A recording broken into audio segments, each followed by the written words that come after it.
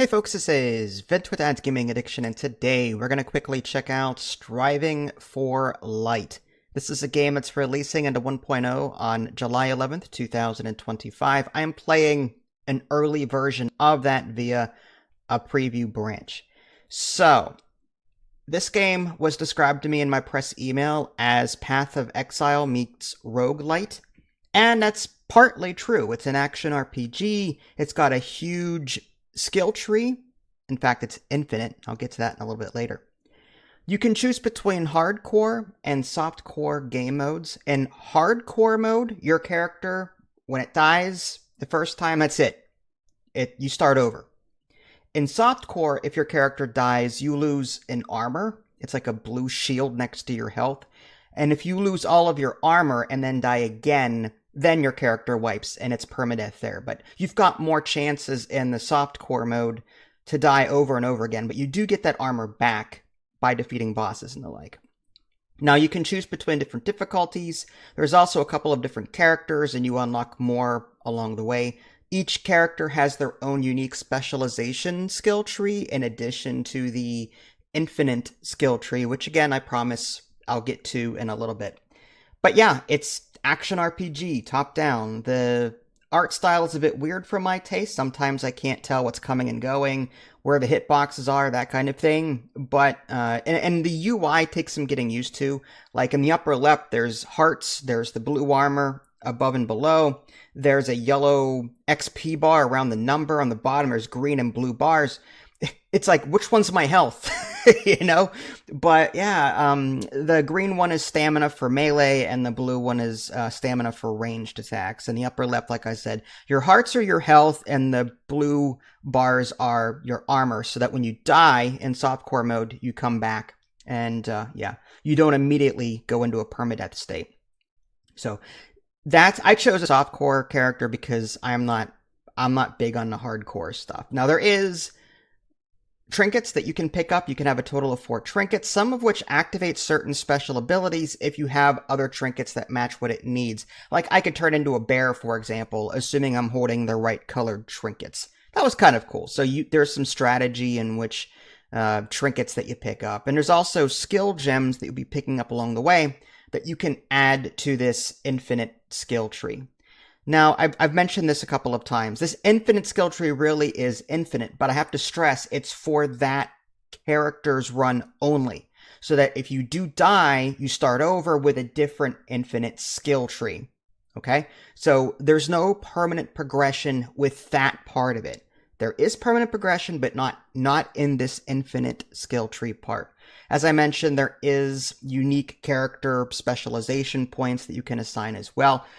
Different gems that you pick up along the way will create new nodes that you can connect to different parts of your tree, change different things. These are all randomly generated. So sometimes you're forced to pick things you don't want to pick in order to get to certain places. But like I said, you can use like pickups, like gems, in order to change existing skills or to create new connections so you can get around the ones that you don't like. Okay, so that part of it, that's really cool though. I mean, the fact that it changes every single time, but it does reset. There is a Diablo-esque town where you can talk to different people. You can spend your permanent progression currency called light to unlock various things in this town, whether it be weapons or like melee weapons, ranged weapons, different skills, that kind of thing. There's even a chicken. I don't know what it does, but there's also a tree of light in that town. That is your permanent progression. You're going to be earning light, as I mentioned, and you can spend your light here among other places to permanently progress. So when your character dies, this is what you keep. This tree of light area is the permanent progression. This is what you keep. Not the infinite skill tree, but this tree of light. Everything that you put here, you get to keep. Okay? So it's part like roguelike and part roguelite in that sense. There's still permadeath. It's like a survivor's game with permanent progression, but it's got like the roguelike is heavily, I don't know, complicated. And the roguelite part exists so that there is permanent progression, if that makes any sense.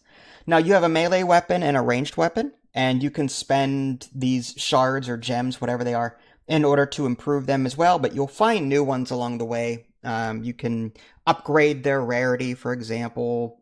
Different, you could turn your staff into a bow. I picked one weapon and ran with it. I just upgraded as much as I could, and I haven't changed it out, to be honest with you. But it's confusing. I don't know if I should. I don't know what the strategy is. But that part of it, like, that's the big shtick, really.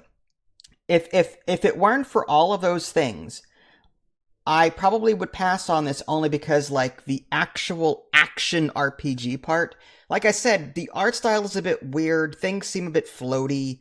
I can't tell sometimes where the hitboxes are.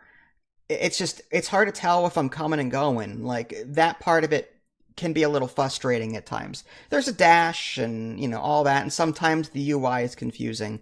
So if it weren't for the fact that there's an infinite skill tree, permanent, in the roguelike sense, there's permanent progression via the skill tree, roguelite progression, rather, via that tree of life. If it weren't for all of those extra things, I probably would be passing on this. But I'm really enjoying it for what it is. I haven't died yet. I'm like level 30 or so. And there are times where I reach these difficulty spikes where, I don't know that they're there until I see them. I wish there was more indication as to whether or not I can handle something before I take it on. Various events, for example, in the environment. I came across this Pathfinder over time. It's just, I guess I beat everything, and now I'm handling tougher versions of existing levels, and I'm currently working on that. So do I recommend this title? Well, for the money that it is, yes. You can get a lot of playtime out of it, but I have to stress that your character, whether it's hardcore or softcore, will die at some point, and you'll have to start over from scratch. There is permanent progression via that tree of life, but that infinite skill tree thing, that's a temporary thing. So you just have to know that going in. But based on what I've seen so far, it's decent, and I would recommend it for the longevity of it because there's a lot going on here. So this is Vince. Thanks for watching. I'll catch y'all next time. Take care.